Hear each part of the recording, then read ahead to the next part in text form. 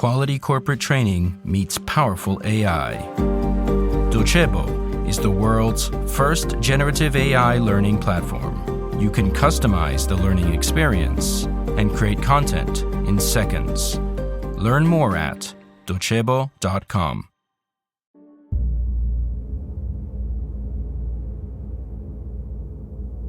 It's Friday, June 23rd, 2017.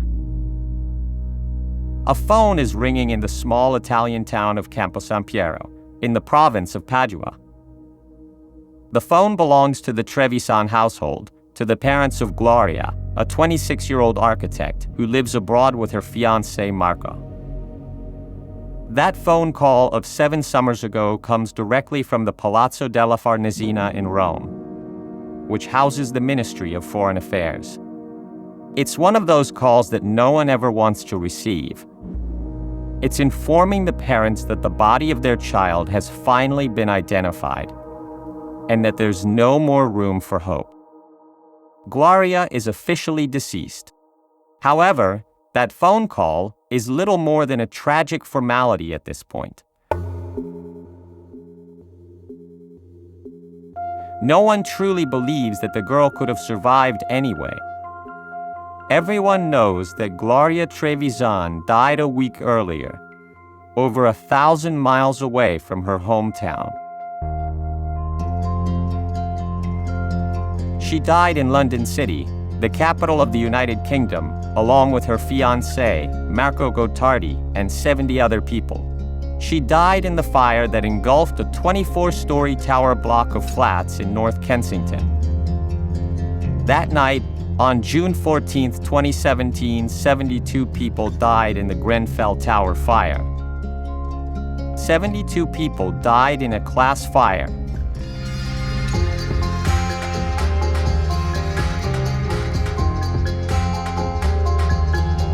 I am Guido Brera, and you're listening to Black Box, The Hidden Side of Finance, a podcast by Cora Media, sponsored by Docebo.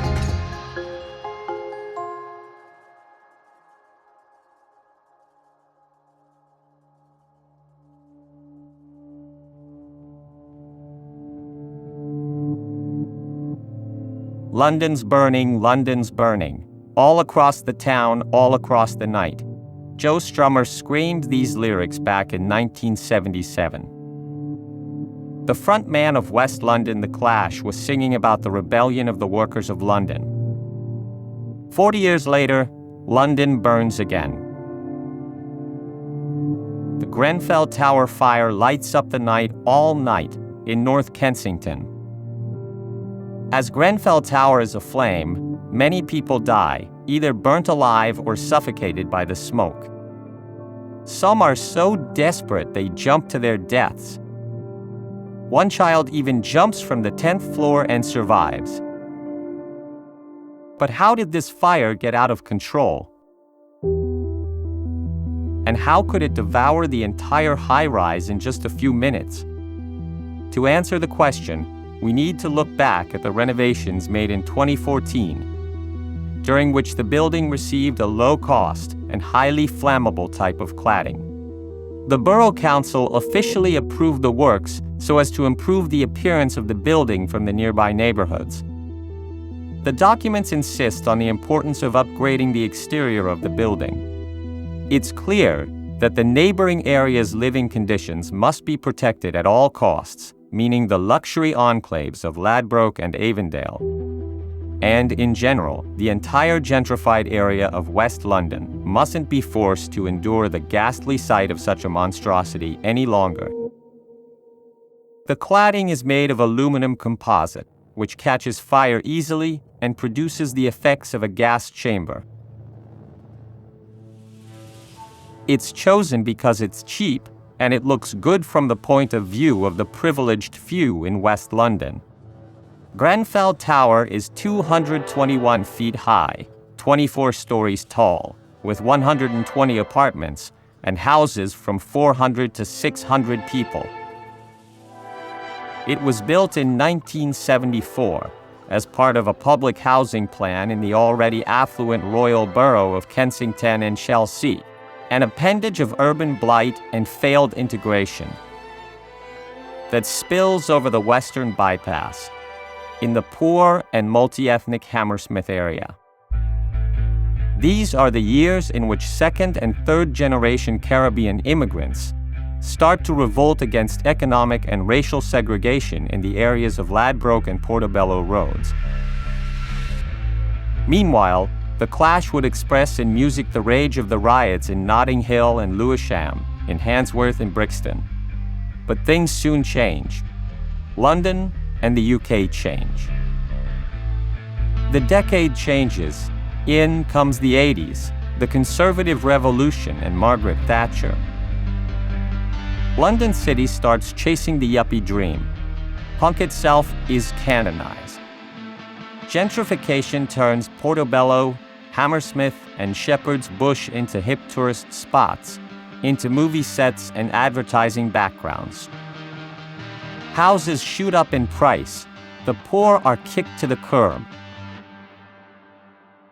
From 1977 to 2017, Hammersmith transforms entirely.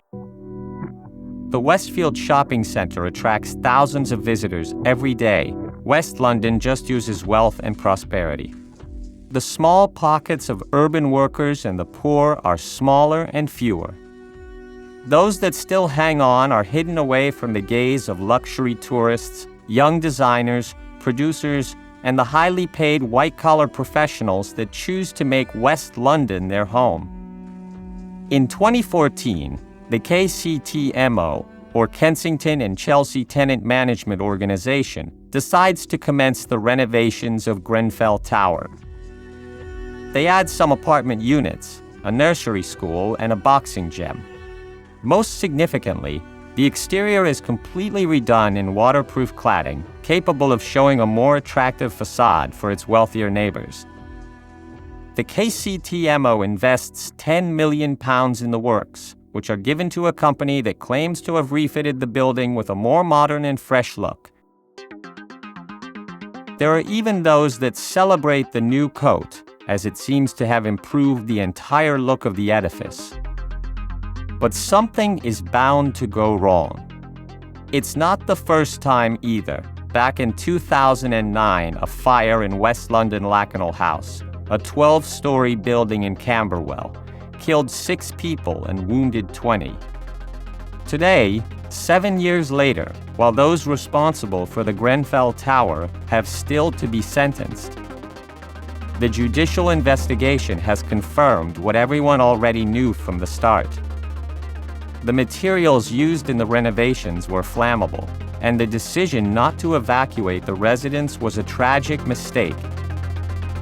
London is a city-state split into a rigid system of social classes and ethnic bantustans. Each of these enclaves is airtight and cut off from the others, and the rest of the country is hardly better off either. Whoever speaks of multiculturalism or integration has no idea what London is really like.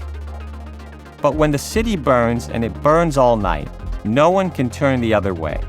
Even the popular tabloids openly condemn the Grenfell Tower-class fire. Immediately following the tragedy, The Sun interviews safety expert Arnold Tarling, who says about the renovations that they look lovely, comply with regulations, but they're of poor quality and are a silent killer. This was a tragedy waiting to happen.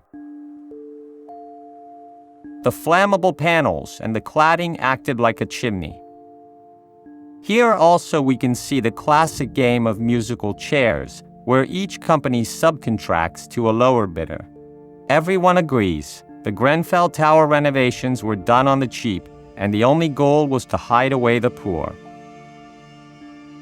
London is a city that chewed up its own residents before spitting them out into the ghettos. On the night of June 14, 2017, the Kensington residents opened their windows, walked out onto their terraces, or into the gardens of their luxury flats, and gazed at the flames of Grenfell Tower. Back in 1977, Joe Strummer sang about the rebellion of the London multi-ethnic proletariat. But the revolution that ended up taking hold was quite a different one. First, Maggie Thatcher's farm, than Tony Blair's cruel Britannia. It was the victory of competition and profit at any cost. The Grenfell Tower burns, Joe Strummer is dead, no one listens to The Clash anymore, and the battles of 1977 fade away forever.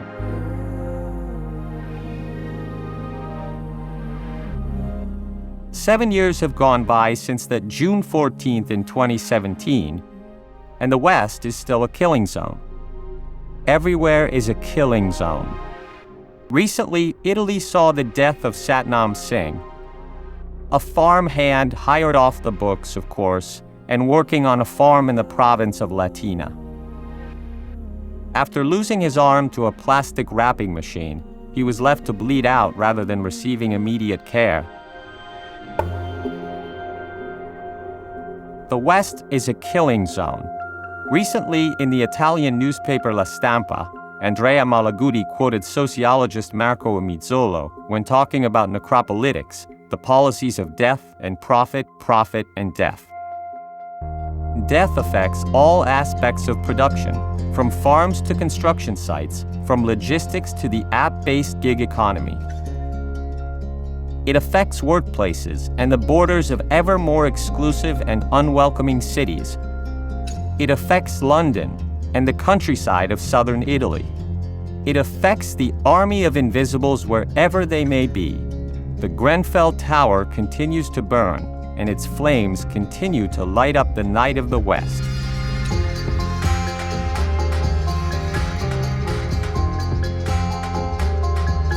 Black Box is a Cora News podcast, produced by Cora Media and sponsored by Docebo. Written by Guido Brera with I Diavoli. Editorial supervision by Francesca Milano. Intro and sound design by Luca Micheli. Editing and post-production by Luca Micheli and Mattia Liciotti. Production organization by Alex Piverengo.